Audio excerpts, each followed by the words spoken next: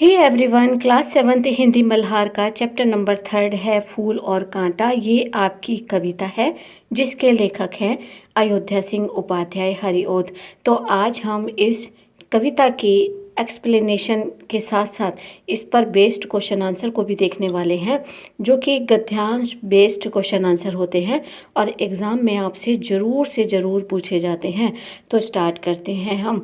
तो जिन पंक्तियों से आज हम प्रश्न उत्तर को यहाँ पर कवर करेंगे वो होगी कि छेद कर कांटा किसी की उंगलियां फाड़ देता है किसी का वरवसन, प्यार डूबी तितलियों का पर कतर, भोर का है बेच देता शाम तन, फूल लेकर तितलियों को गोद में, भोर को अपना अनूठा रस पिला, निज सुगंध ओ निराले रंग से, है सदा देता कली जी की खिला। तो ये जो आपके सामने पंक्तियां हैं, तो इन पंक्तियों पर बेस्ड कौन कौन से प्रश्न उत्तर आपसे पूछे जा सकते हैं, तो वो हैं। पहला प्रश्न है कांटा तितलियों के साथ कैसा व्यवहार करता है। तो यहाँ पर आपके सामने दो ऑप्शन है कि नंबर 1 तो उन्हें प्रेम पूर्वक अपने पास आने देता है, दूसरा उनके पंखों को कतर कर छिन्न भिन्न कर देता है। तो यहाँ पर राइट ऑप्शन होगा हमारा ख, कि वो उनके पंखों को कतर कर छिन्न भिन्न कर देता है। जैसे ही कोई तितली पेड़ के पास पौधे के पास आती है तो कांटा उनके पंखों को एकदम से काट देता है, उन्हें घायल कर देता है। तो यहीं से पंक्तियों से जो दूसरा प्रश्न आपसे पूछा जा सकता है वो है कि भोर को अपना अनूठा रस पिला, पंक्ति का अर्थ क्या है। तो यहाँ पर फिर से आपके सामने दो ऑप्शन है। पहला ऑप्शन है फूल भंवरों को अपने मकरंद का पान कराते हैं, और दूसरा है भंवरे फूलों की सुगंध सभी ओर बिखेरते हैं। तो यहाँ पर राइट ऑप्शन होगा कि फूल भंवरों को अपने मकरंद का पान कराते हैं। तो यहाँ पर भोर को अपना अनूठा रस पिला, पंक्ति का अर्थ यही है कि फूल भंवरों को अपनी ओर आकर्षित करते हैं, और फूलों के अंदर जो मकरंद होता है, जो शहद होता है, जो पराग के कण होते हैं, भंवरे जो है उनका रस पान करते हैं, उनका पीते हैं, और यही उनका खाना भी होता है। तो यहाँ पर इन पंक्तियों से जो अगला प्रश्न आपसे पूछा जा सकता है वो है कि हमारे मन को किस बात से प्रसन्नता का आभास होता है। तो यहाँ पर आपके सामने फिर से दो ऑप्शन है स्टूडेंट्स। नंबर 1 फूलों द्वारा तितलियों को अपनी गोद में लेने से, और दूसरा है फूलों की सुगंध और उनके निराले रंगों से। तो यहाँ पर राइट ऑप्शन होगा ख, कि फूलों की सुगंध और उनके निराले रंगों से हमारे मन को किस प्रकार से प्रसन्नता का आभास होता है, कि जब हम फूलों की सुगंध को लेते हैं और उसके साथ साथ उनके निराले रंगों को देखते हैं। रंग बिरंगे फूल जब हमारी आंखों के सामने आते हैं और उनकी सुगंध जब हम महसूस करते हैं, तो जो हमारा मन है वो प्रसन्नता से भर जाता है। अनायास ही हमें ऐसा लगने लग जाता है कि ये फूल कितने अच्छे हैं, यह बगीचा कितना अच्छा है, और हमें वहाँ पर जाकर बैठना, थोड़ा सा टाइम को बिताना बहुत अच्छा लगता है। तो बढ़ते हैं नेक्स्ट प्रश्न की तरफ। तो यहाँ पर इन्हीं पंक्तियों से जो अगला प्रश्न है वो आपसे जो पूछा जा सकता है वो होगा, काव्यांश की इन पंक्तियों में फूलों के लिए इनमें से कौन सा भाव प्रदर्शित हुआ है। तो नंबर 1 तो ये जो पंक्तियाँ आपके सामने दी गई हैं कि छेद कर काटा किसी की उंगलियाँ, जो लाल कलर में आपके सामने पंक्तियाँ हैं, तो इन पंक्तियों से आप फूलों के लिए इनमें कौन सा भाव प्रदर्शित हो रहा है। तो यहाँ पर आपके सामने 4 ऑप्शन है। पहला ऑप्शन है सुंदर, कोमल, सुगंधित और आकर्षित करने का भाव, दूसरा है सबको अपनी सुगंध और रंगों से आकर्षित करने का, तीसरा है खुशी और आनंद के प्रतीक के रूप में देखने का, और फिर फोर्थ है इनमें से सभी। तो यहाँ पर जो सही आंसर होगा वो होगा कि इनमें से सभी, क्योंकि इन पंक्तियों से हमें क्या पता चलता है कि फूल जो होते हैं वो सुंदर होते हैं, कोमल होते हैं, सुगंधित होते हैं, और अपनी ओर सभी को आकर्षित करने का गुण उनके अंदर होता है, और वो सभी को अपनी ओर सुगंध और रंगों से आकर्षित कर लेते हैं, और इसी वजह से वो सबके मन को खुशी और आनंद के प्रतीक के रूप में देखने को मिलते हैं। सभी का मन खुशी से भर जाता है, आनंद से भर जाता है। तो इसी वजह से ये जितने भी ऑप्शंस हैं ये सारे के सारे इन पंक्तियों में फूलों के लिए सभी भाव प्रकट करते हैं। तो इसलिए सही आंसर होगा क, कि इनमें से सभी। तो अब आपके सामने दूसरी पंक्तियां हैं स्टूडेंट, कि है खटकता एक सबकी आंख में, दूसरा है सोहता सुरशीश पर, किस तरह कुल की बड़ाई काम दे, जो किसी में हो बड़प्पन की कसर।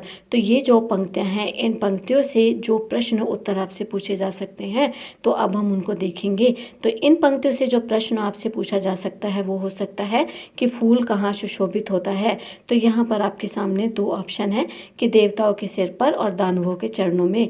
तो यहाँ पर जो सही आंसर होगा वो होगा देवताओं के सिर पर, कि फूल हमेशा देवताओं के सिर पर सुशोभित होता है।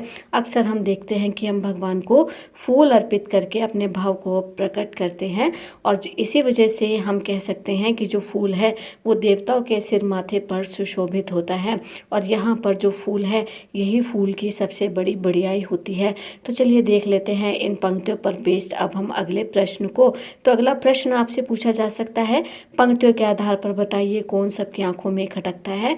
तो यहाँ पर फिर से आपके सामने दो ऑप्शन है कि जो दूसरों को दुख देता है, और दूसरा है जो दूसरों को दुख के समान सुख भी देता है।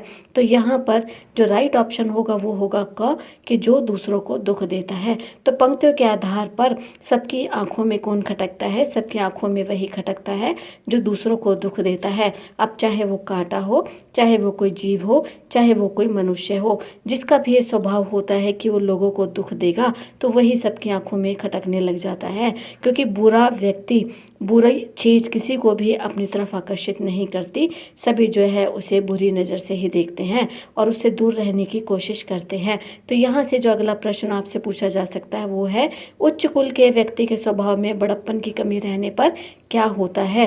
तो यहाँ पर आपके सामने दो ऑप्शन है कि सभी उससे प्रेम पूर्वक व्यवहार करने लगते हैं, और दूसरा है कि वह कभी भी आदर सत्कार नहीं पाता। तो यहाँ पर सही आंसर होगा ख, कि वो कहीं पर भी आदर सत्कार नहीं पाता। कि अगर उच्च कुल का व्यक्ति जो होता है उसके स्वभाव में बड़प्पन की कमी आ जाए, उसमें अच्छाई की कमी हो जाए, और वो कभी भी किसी का भला ना कर सके, हमेशा दूसरों का बुरा करने के लिए सोचे, तो बेशक वो कितने ही उच्च कुल में जन्म ले ले, वो व्यक्ति जो होता है कहीं पर भी आदर सम्मान नहीं पाता।